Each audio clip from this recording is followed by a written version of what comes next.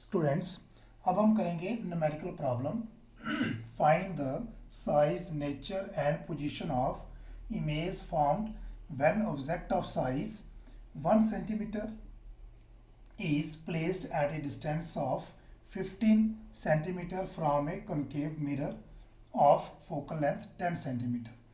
Concave mirror आपको पता है, जो हमारे पास कनकेव मिरर है, इस प्रकार का मिरर होगा और उसकी जो मैक्सिमम इमेजेस है वो इधर ही बनती हैं। तो देखिए हमारे पास क्या दिया हुआ है, ऑब्जेक्ट डिस्टेंस,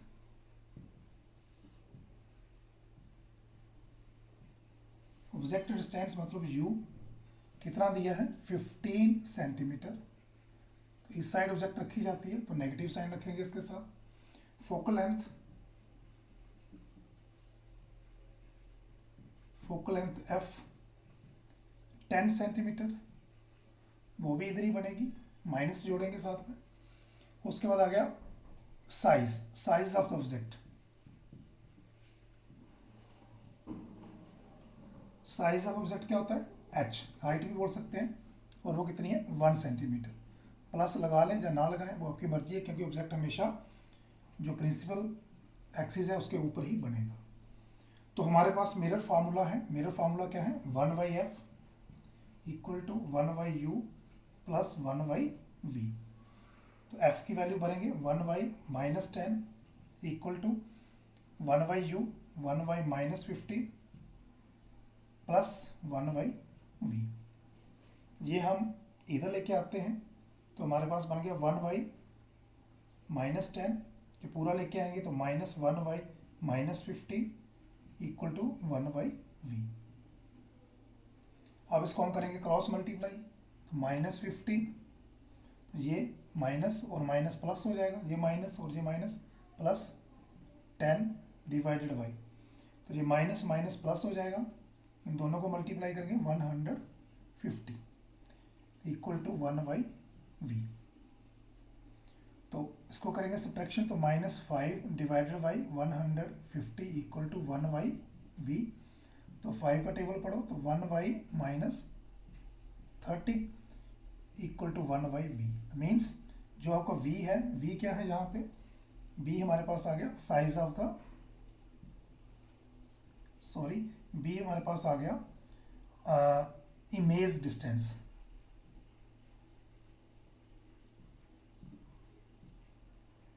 v हमारे पास है इमेज डिस्टेंस, वो किसके बराबर आ गया 30 सेंटीमीटर।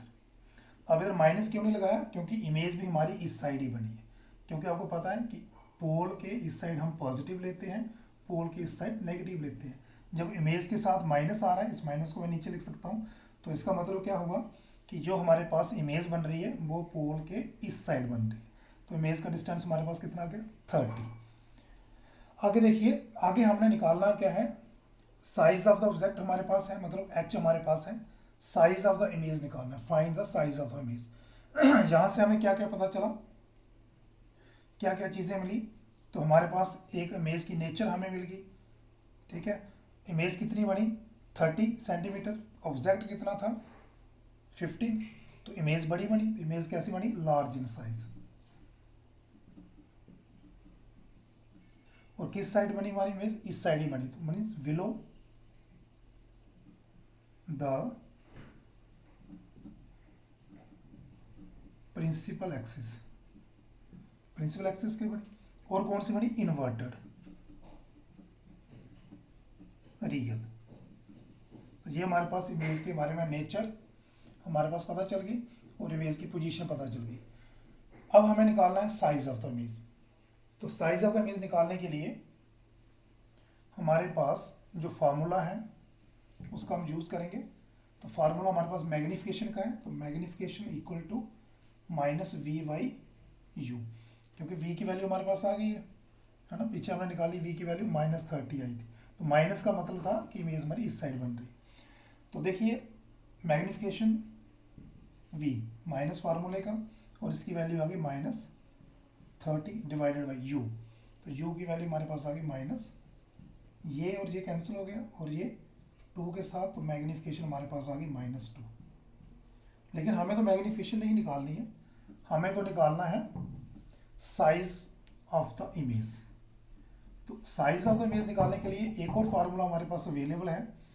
वो फार्मूला क्या है, magnification equal to H dash divided by H. Magnification की वैल्यू हमारे पास आ गई -2 equal to H dash object का साइज है, ऑब्जेक्ट का साइज हमने निकालना है।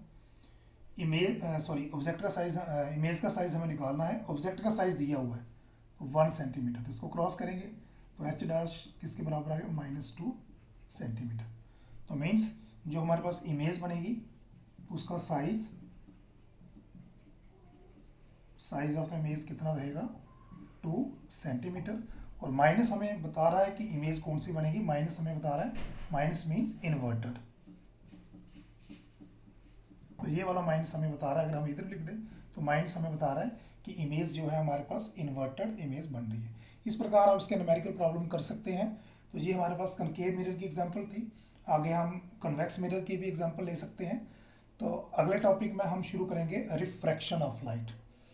तो स्टूडेंट्स इसको पढ़िए, ध्यान दीजिए, अगर कोई प्रॉब्लम होगी तो आप मुझे फ़ोन कर सकते हैं। Thank you.